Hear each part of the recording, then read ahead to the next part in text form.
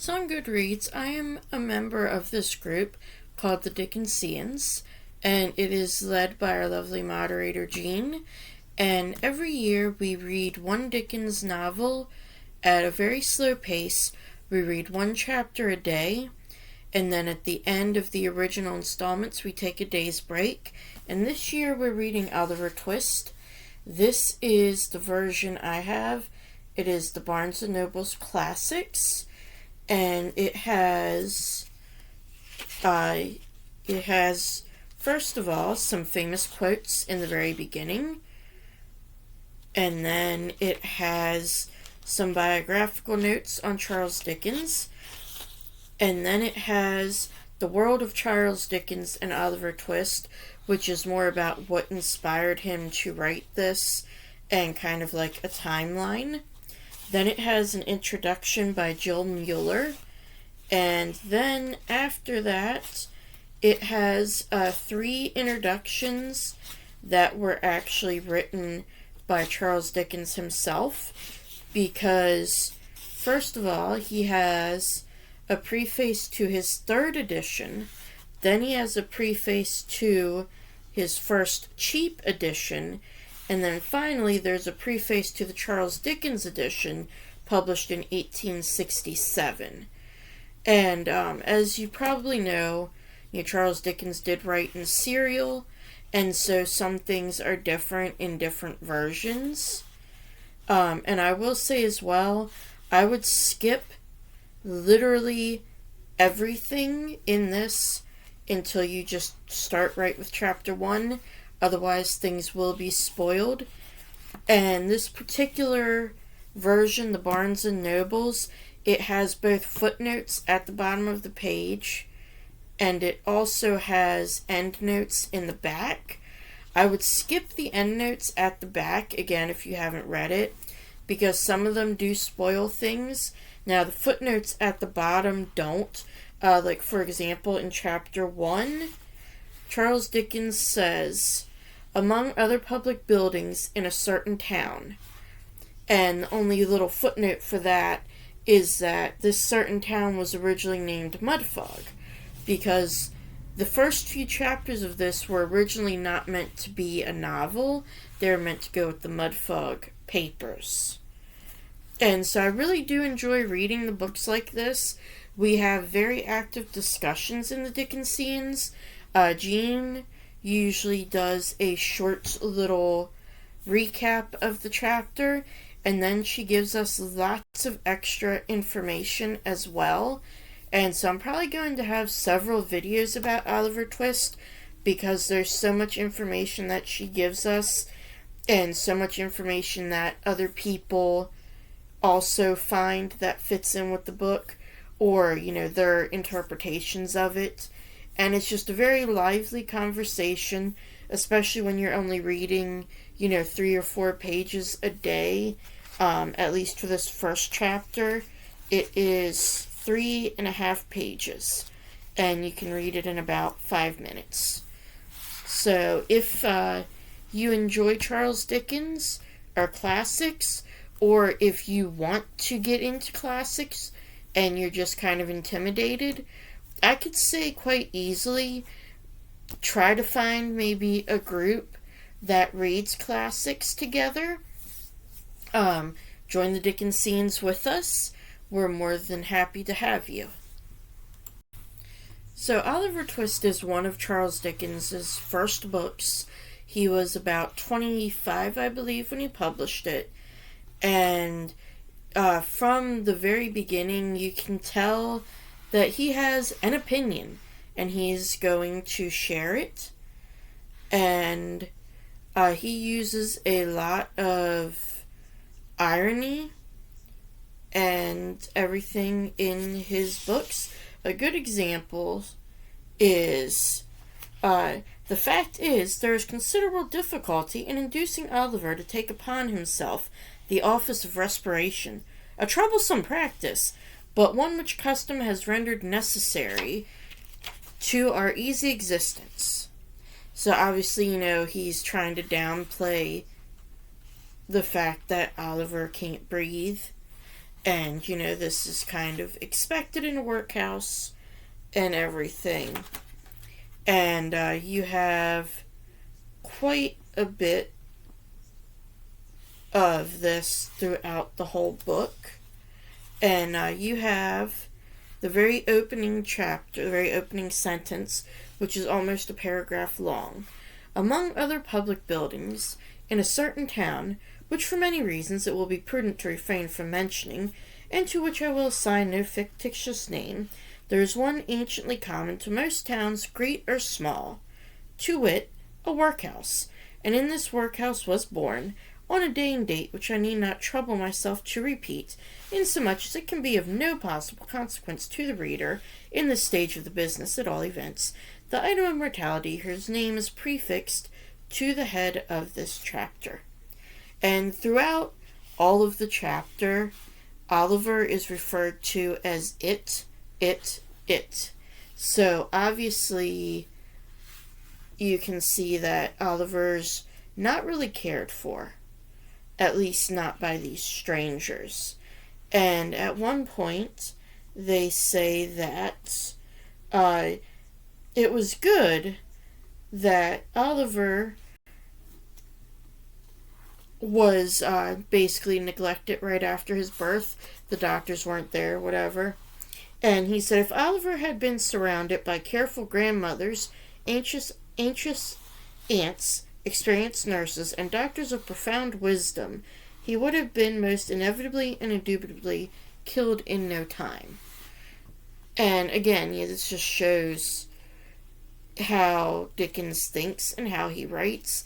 He is very playful, even when writing about very sad things such as this, and such as Oliver's mother dying later on in the chapter.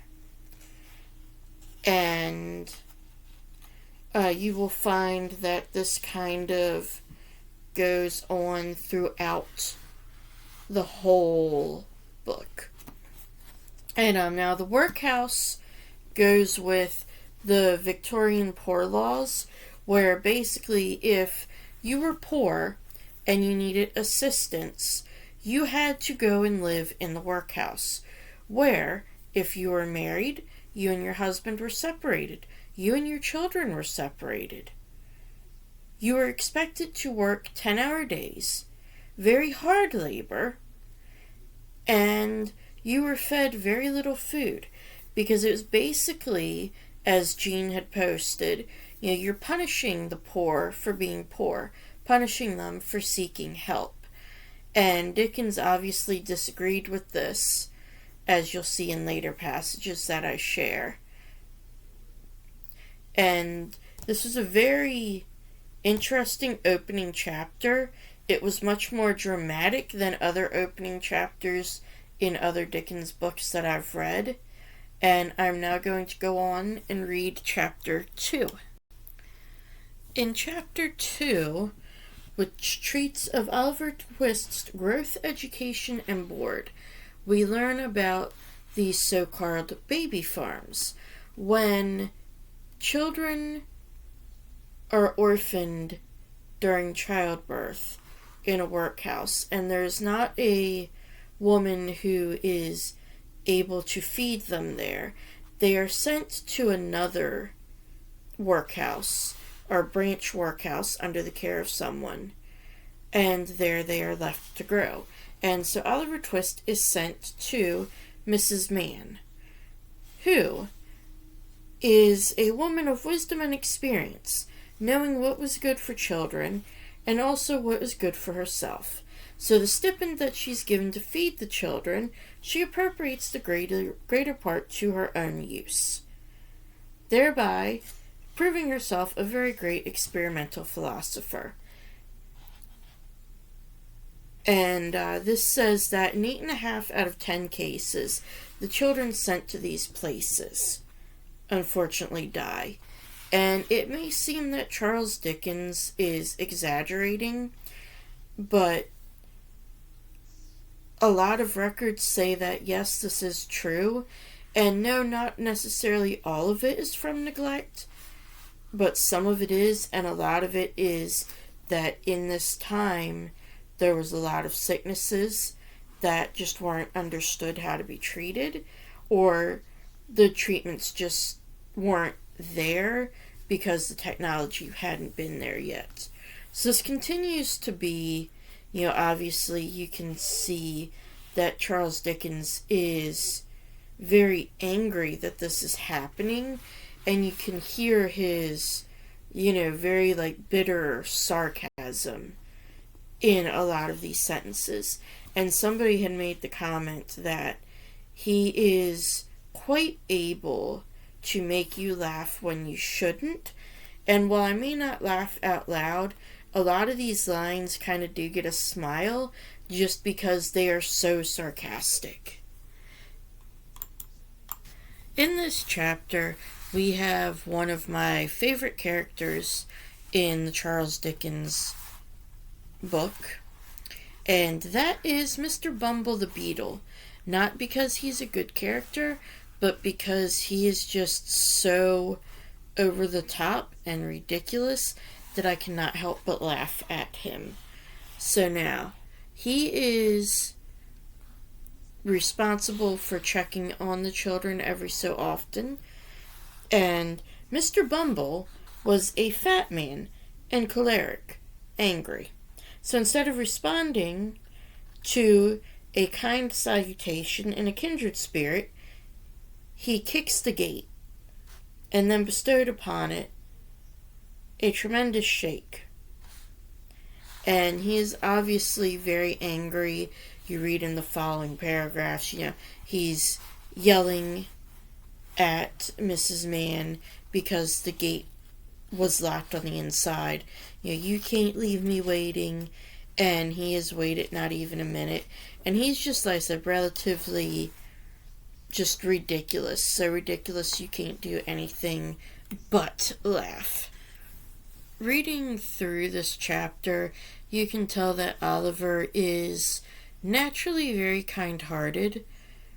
He is very sad to leave the baby farm, even though he's been very ill-treated, because he doesn't want to leave his friends, and he cries real tears of regret at leaving them.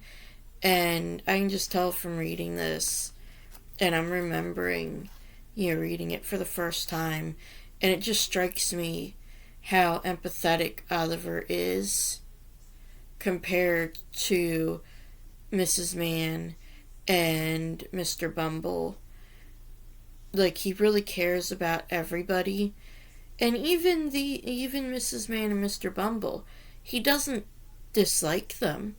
Well, he dislikes them, but he doesn't despise them. And he's just a very good child. And I believe he is kind of embodies Charles Dickens' belief, the Christian beliefs to turn the other cheek, love your fellow man.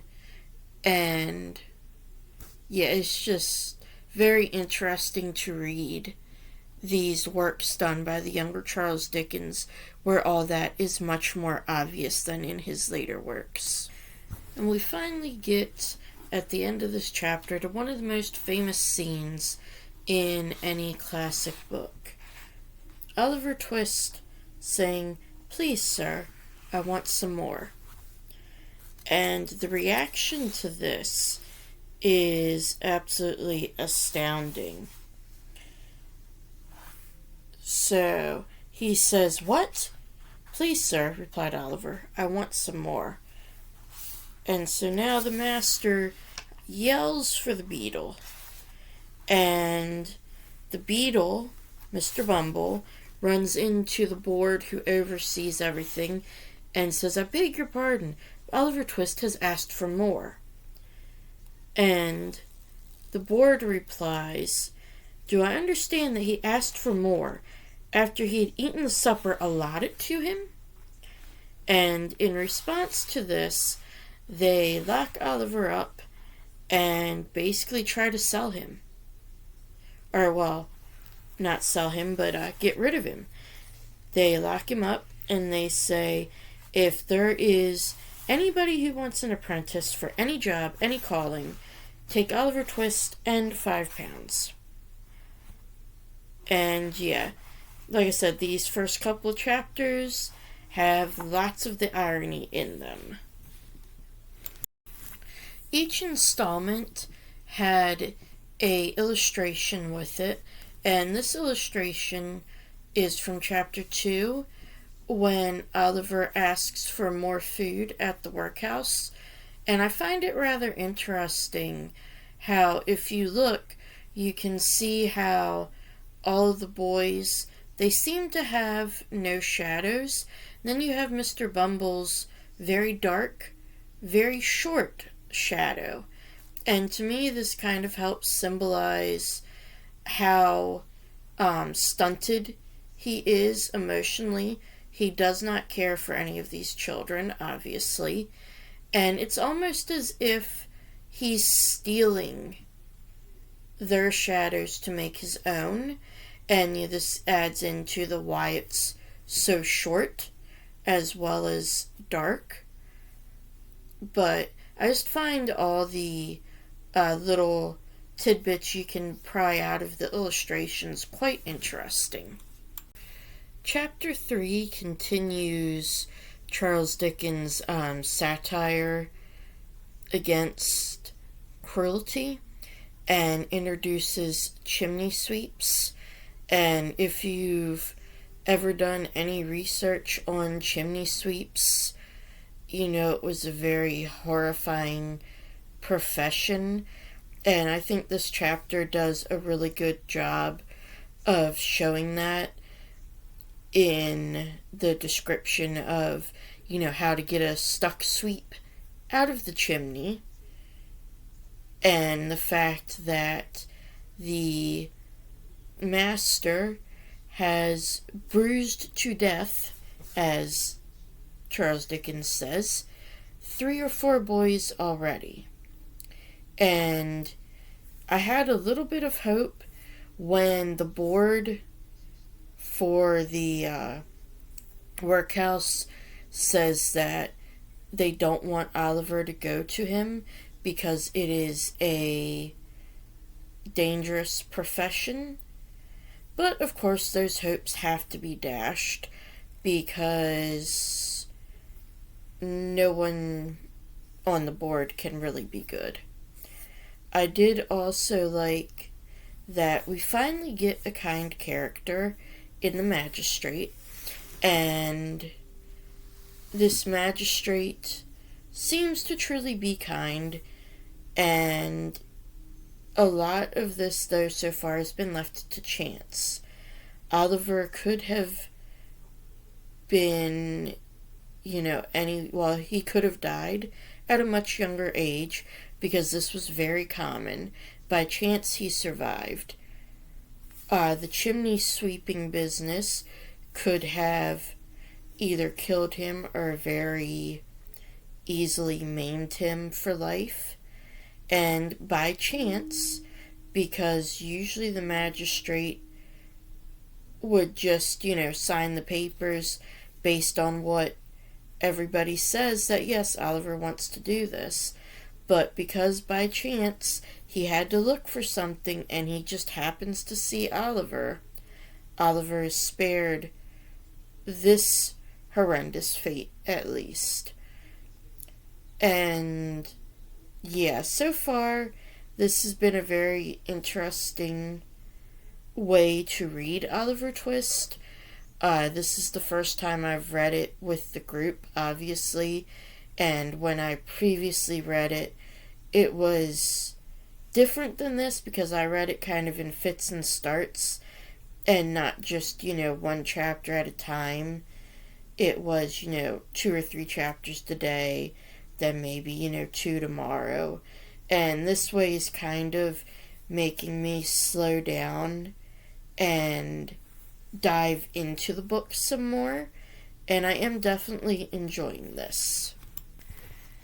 Chapter 4 picks up right where we left off at chapter 3. They're still looking for a place for Oliver, and as Mr. Bumble is coming to the workhouse for the day, he runs across the Undertaker, who has said that the coffins are, since the new system of feeding, something narrower and more shallow. And of course, he's worried about his profit, because if they're narrower and shallower, obviously he won't be using as much wood, means he cannot charge as much. And his name is Mr. Sowerberry. And Charles Dickens, of course, loves to give his characters names that give you hints about them. And Mr. Sowerberry, reading through this chapter, while he may not necessarily be the nicest of men, he's more worried about his profits than about the fact that all these people are dying. He doesn't seem to be downright cruel. So this chapter does give me a little bit of hope. Although we then have his wife, who does seem to be slightly cruel. She basically pushes Oliver down the steps, but she doesn't actually make him fall. And she does actually give him meat. So, I do have a little bit of hope for what is to come, and it seems like this might be a better situation than the workhouse, even though Mrs. Sowerberry says that she doesn't believe it's worth it to feed the orphans. They don't come to good. And I feel like this is also kind of the old adage that, tell somebody something enough and they will come to believe it. Everybody says that Oliver will come to no good. He was, he's a poor orphan. He will come to no good. But the thing is, he's never done really anything bad in his life. I mean, even from the day he was born, they were thinking this. And he's been told his whole life that he's a wicked boy. And this kind of, makes me wonder how much of this is going to be a self-fulfilling prophecy. And I'm actually going to go ahead and end this video here. This was about installments 1 and 2. So I'll probably do a video for every 2 installments. That way they don't get too long. And I'll see you in the next video.